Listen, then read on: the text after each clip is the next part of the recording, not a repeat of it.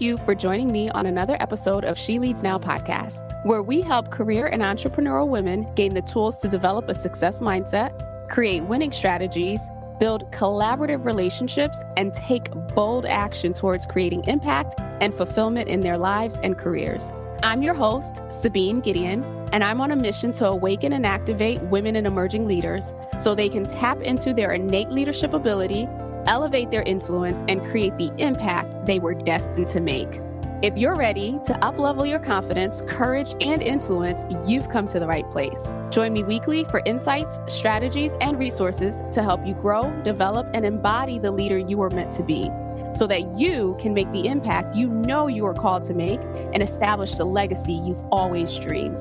The world eagerly awaits the emergence of your brilliance, impact, and influence. So with that, let's dive into this week's episode. Joining me today on the She Leads Now podcast is Katha Blackwell. Katha is the CEO of Partnership Against Domestic Violence. She is also the author of Not Another Victim, A Woman's Guide to Avoiding a Bad Relationship, which was released in 2011. She has been in the field of social work for over 20 years. And today I'm excited to have her on as she shares her journey in climbing up to the C-suite, as well as the amazing work that she's been doing to support victims of domestic violence and women. So with that, welcome to the show, Katha. Thank you so much. Thank you. I'm glad to be here. Yes, we're excited to have you. So before we get into the work that you do, I would love for you to share a little bit about your journey and how you came into this. You have such an amazing testimony and how you came into this space, and I'd love for you to share that with the audience. Absolutely. So probably about 2 years ago, I was attending a church event that focused in on knowing your purpose. It's called Thirst. It's a thirst event at my church. And for some reason, the person who was up at the podium, who was speaking as they were praying and worshiping and everything, he said something along the lines of, some of you all are CEOs in the making and you need to receive it. And I knew God was talking to me. I knew I was one of those people because I had been going back and forth with whether or not I ever even wanted to be a CEO. I was very content with the role I was in. I was walking in my purpose, doing what God had called me to do. And 2 years forward, our CEO had put in her resignation saying that she's going to be retiring in a year. And so in January of 2021, she had announced that she was retiring. And I thought to myself, because of the way our policies and procedures were set up, I thought that there's no way I could be the CEO of this agency. I'd have to leave and come back in order for this to happen. But then she had shared with us, the board has decided to look within as it relates to the next CEO. They're open to looking within the agency because they believe we have strong leadership and they're going to keep that option open as well. And so I was like, oh, okay, that's amazing. That's good to hear.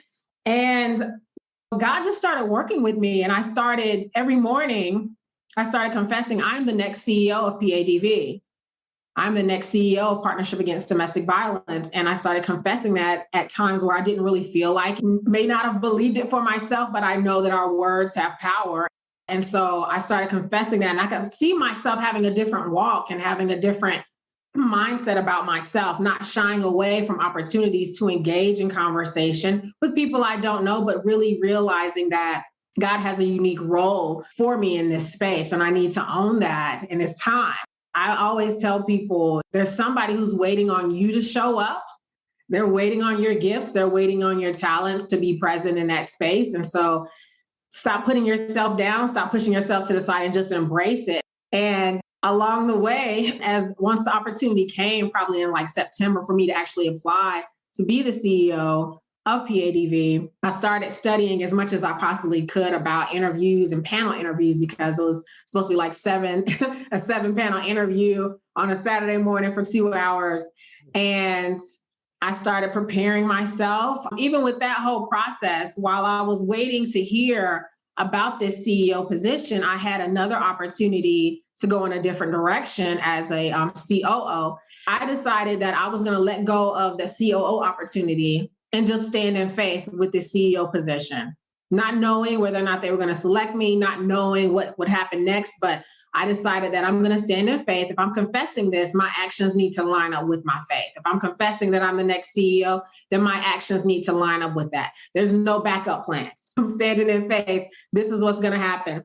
And while I was praying to God about that, he said, Katha, it's going to be good. And so not knowing which direction things were going to go, none of those things, I realized that when God says something is going to be good, it's going to be good. He knows all the details. He knows what the outcome is going to be. And I just received that. And I was like, I'm just going to stand in faith for this position, knowing that even if I get turned down for this role, God still said it's going to be good. So there must be something else on the other side that's still good. And so, long story short, I was offered the CEO position, and I have just completely enjoyed and been so grateful for this opportunity. It's been an amazing journey. And so that's the story in a nutshell as it relates to the CEO position. Awesome. Thank you so much for walking us through that process. You're absolutely right. Whenever we're moving into the next best version of ourselves or that next level, there is a lot of fear that comes with it. There is a lot of doubt. There is a lot of insecurity, like all of our worry, like comes to the surface. And it's a matter of learning how to work through some of that, identifying, okay, well, what's coming up for me? How do I push past it? And for you, it sounds like your faith is a huge element in terms of helping you to move through that. So thank you for sharing that piece, because we sometimes see people at the mountaintop and don't understand that was not an easy leap, right? No. There was some crawling, there was some dragging, and there were some moments of being stalled in our own minds or in our own thoughts. So thank you so much for bringing light to that. Going back though, right? Because you've been in the space for a while, and I can only imagine that this is not an easy space to be in, right? Just because it's people at their lowest, people in their most vulnerable state. So tell us how you even got to the space where you developed a career in social work and now domestic violence. As a child growing up, from probably elementary school through high school, I was raised up in an abusive household. And so I saw that every day. I saw domestic violence in my face, like this is life. And I remember in middle school, I decided I wanted to become a lawyer because I wanted to put abusers in jail. I wanted to be a prosecutor. That was my goal. But once I got to the place where I was going up to college, I ended up going to Michigan State. And once I got to college, I started really just developing my relationship with God and just establishing that, getting more understanding of what my purpose is. What am I supposed to be doing here? What am I passionate about? And I was led to pursue a career in social work, which is amazing. Has been an amazing journey. But what I started off doing initially with my career is I started volunteering at a place that I wanted to work at. I started volunteering there, and eventually, probably a year and a half later, started working there as a residential counselor for domestic violence. And so I always tell people, like, when you're starting off your career, even if you're not getting paid, go and volunteer at that place where you want to be, offer to be an intern at that space, whatever it is to get you connected to going into that direction and doing that work. That's how you should, if there aren't any jobs available at the time, go and pursue it anyway, as it relates to a volunteer place or internship. And so I went in that direction first. And as I was getting my degree, I went to the University of Chicago and got a master's degree in social work. And throughout that process, I had internships at mental health facilities as well as domestic violence agencies. And I learned and grew at that time. Every time I had a volunteer opportunity or an internship, I always treated it as if I was getting paid full time. Like, that's the biggest thing. Sometimes people forget, like, oh, I'm just volunteering or I'm just interning. No, you're setting a name for yourself. You're almost pretty much building up your reputation within this community. And so when opportunities come, they can think about, oh, what about that volunteer we have? Or what about that intern? She did such a great job. I always treated every opportunity as if it were a paying job. And I believe that's what made the difference between me and potentially other candidates as it relates to just opportunities that came my way overall. Because I always treated every opportunity with the utmost respect. Got to work on time, got to that volunteer opportunity on time, did excellent work, and just did as much as I possibly could to just represent myself well. When we moved down here to Georgia, because we originally were in Chicago, when we moved to Georgia, I pretty much had to start over again. My husband had found a job down here in Georgia, and I was a stay-at-home mom for a good minute. Like, I think for the next 4 years, I was a stay-at-home mom. And here I am thinking, oh my goodness, my career is over. But it wasn't. It was not over. I networked. Some of the mom groups that I was a part of, they had executives who were also taking a temporary break from in order to just train up their kids temporarily for a little while. And even in those moments, I knew that wherever I go, I'm building a name for myself.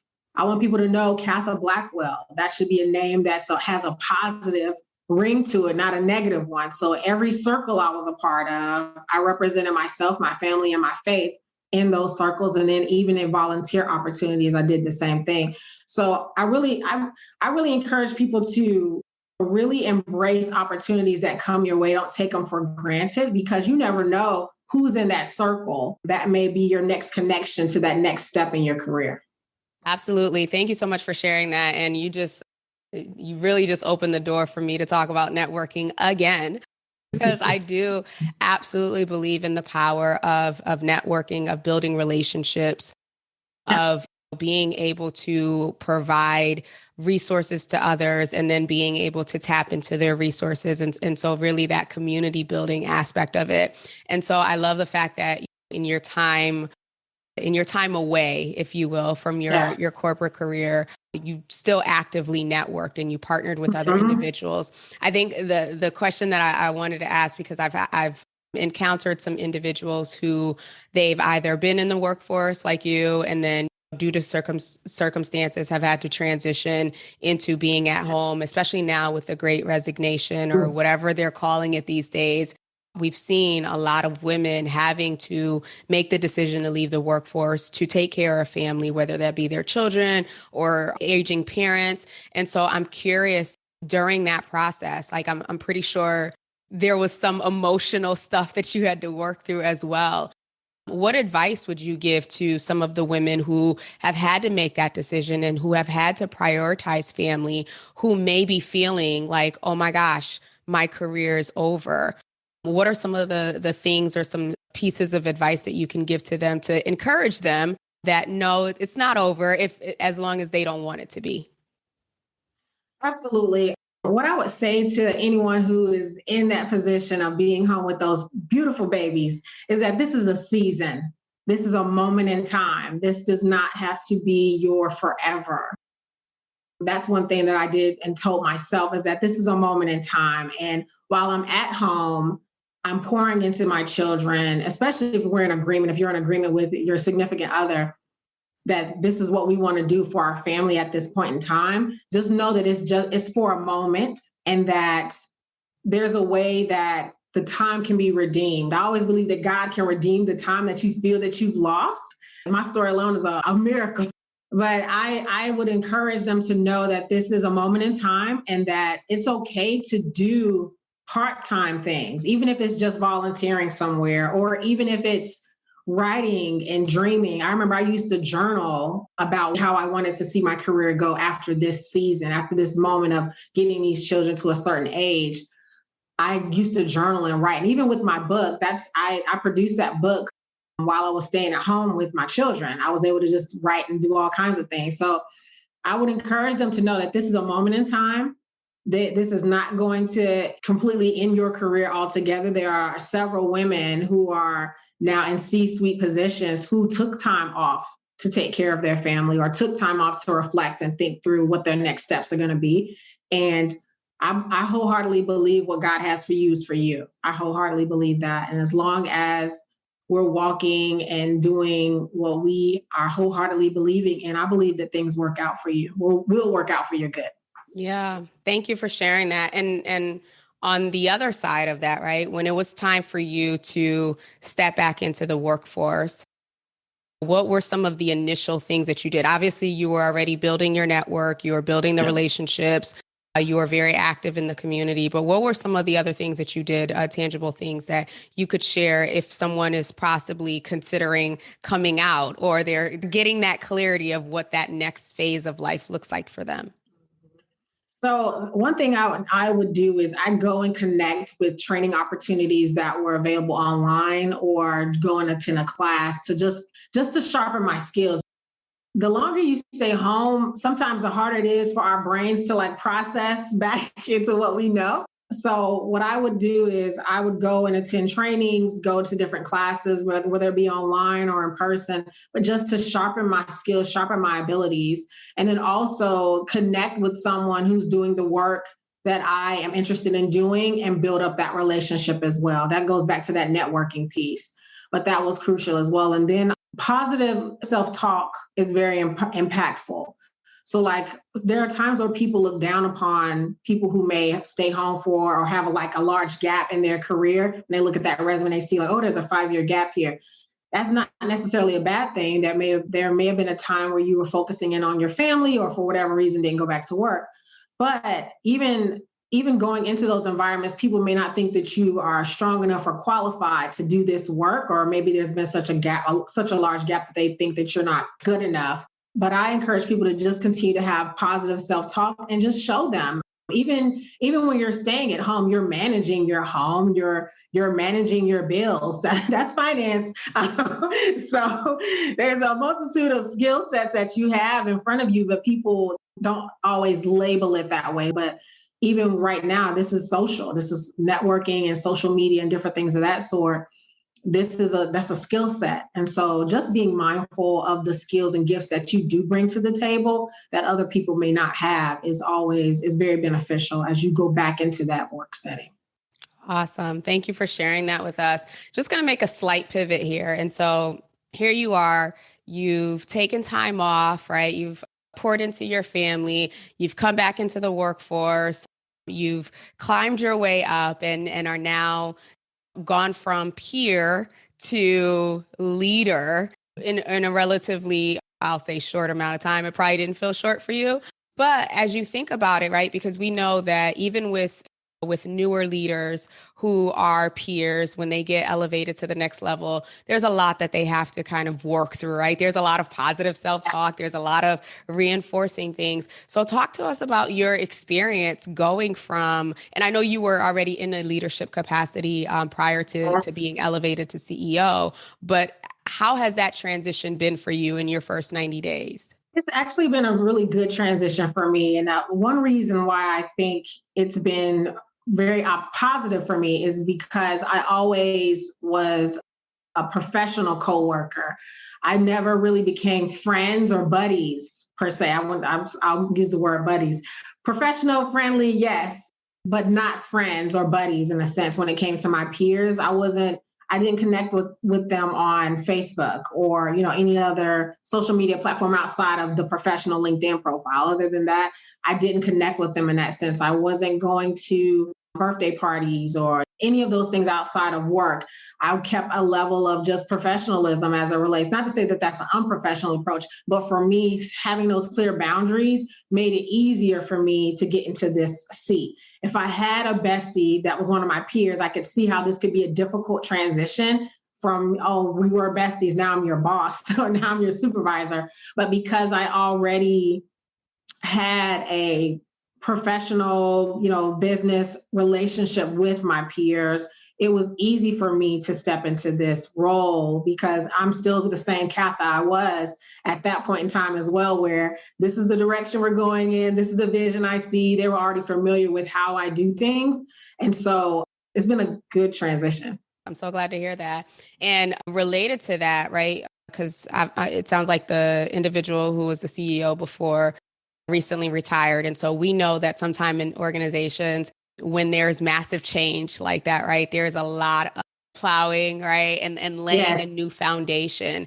And so what has that transition been like for you in terms of being able to maintain the integrity of the mission and the vision of the organization, but also putting your stamp and your vision and getting buy-in from your former peers Yeah. and team members? Yeah. So with the whole shift of change is big. Like the way you approach it can make or break your agency, really, I believe.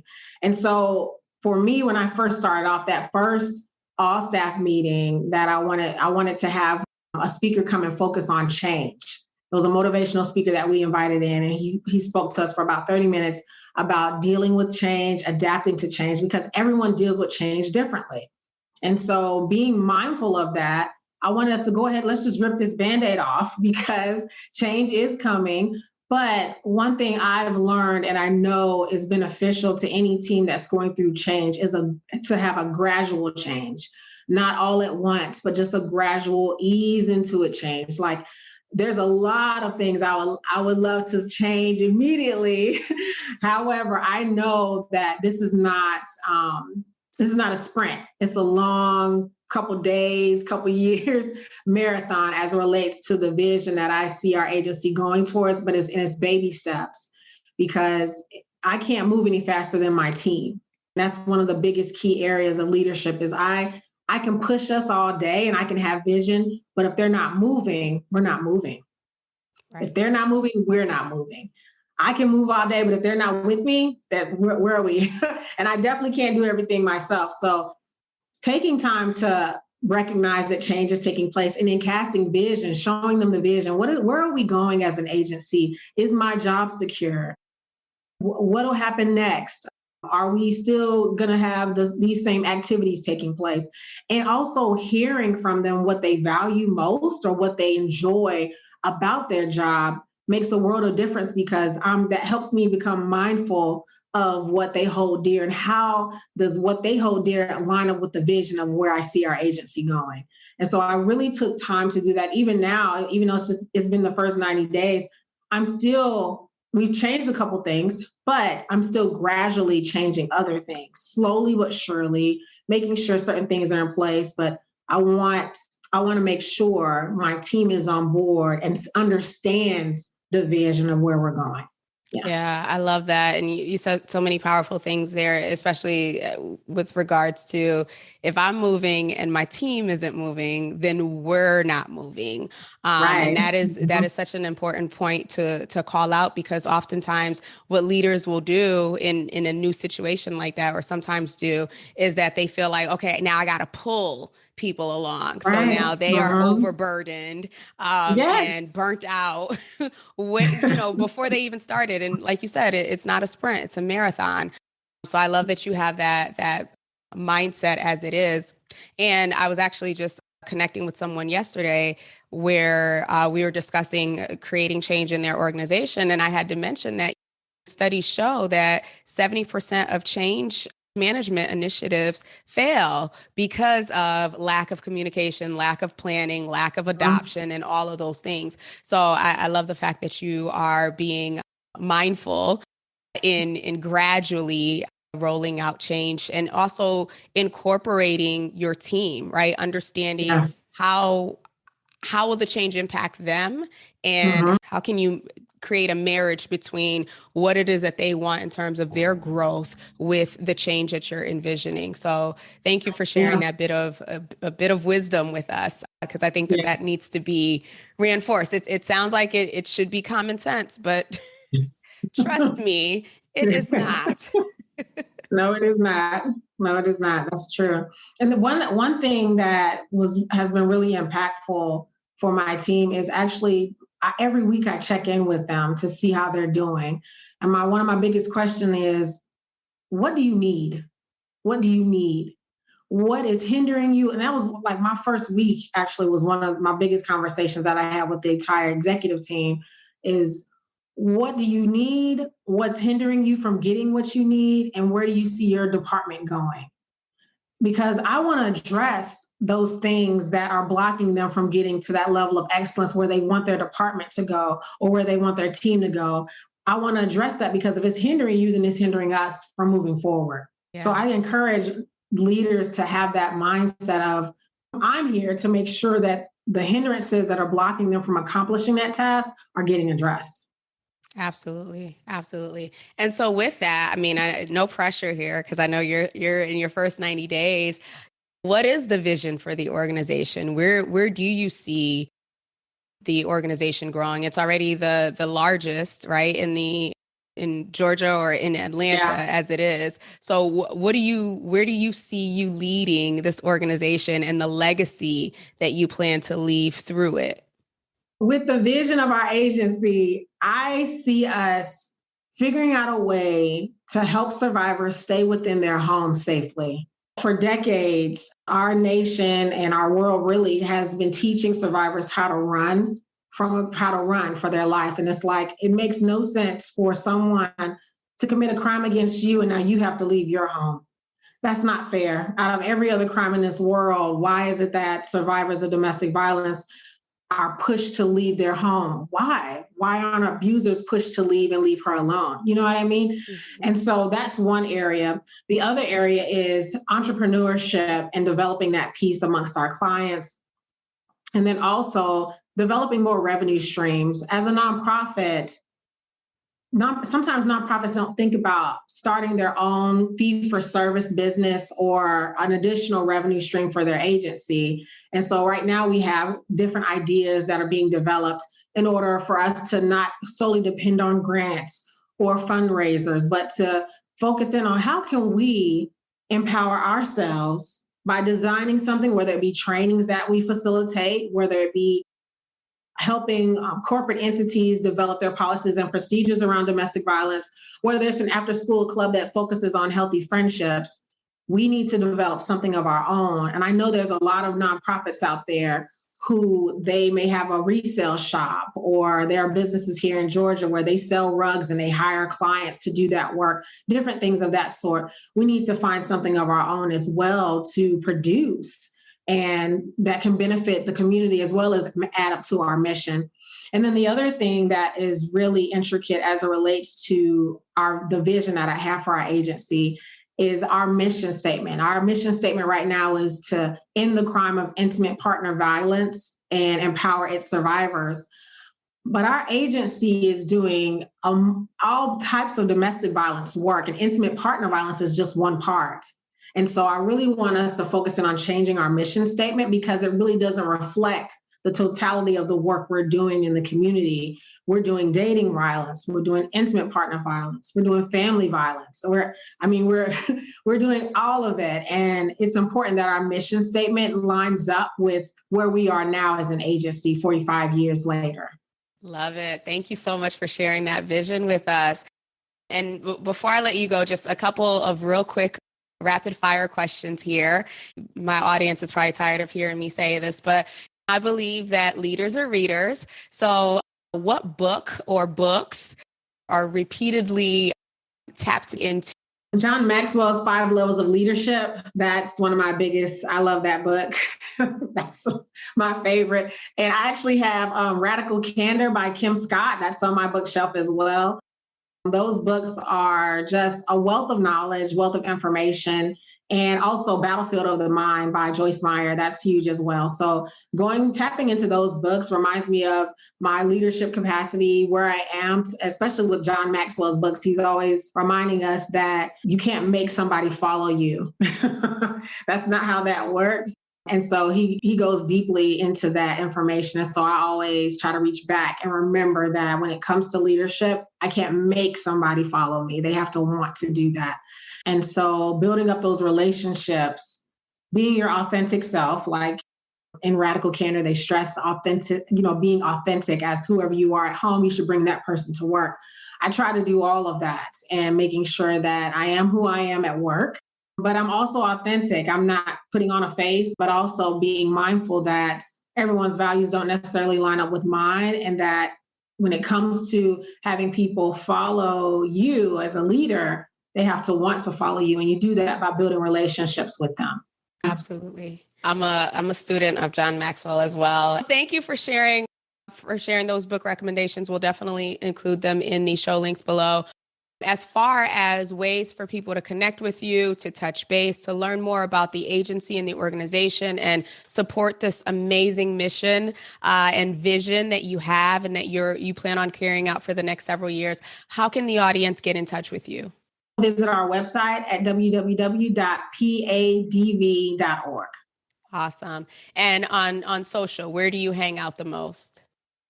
I hang out on LinkedIn and on Facebook. Yeah. Okay. And Awesome. it's Katha Blackwell there as well. Mm-hmm. Awesome. So we'll include your LinkedIn. So definitely if you want to connect with her, are there any major projects or major initiatives that are on the come up that you're possibly looking for volunteers or individuals to connect with in the community?